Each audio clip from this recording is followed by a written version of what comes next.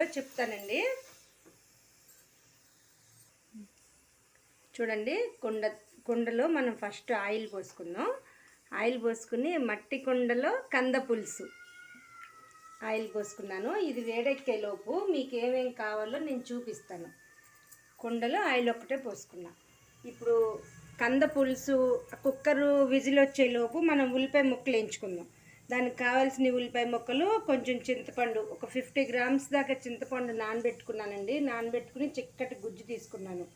KG కందకి 50 grams చింతపండు చిక్కగా గుజ్జు పిండుకున్నాను.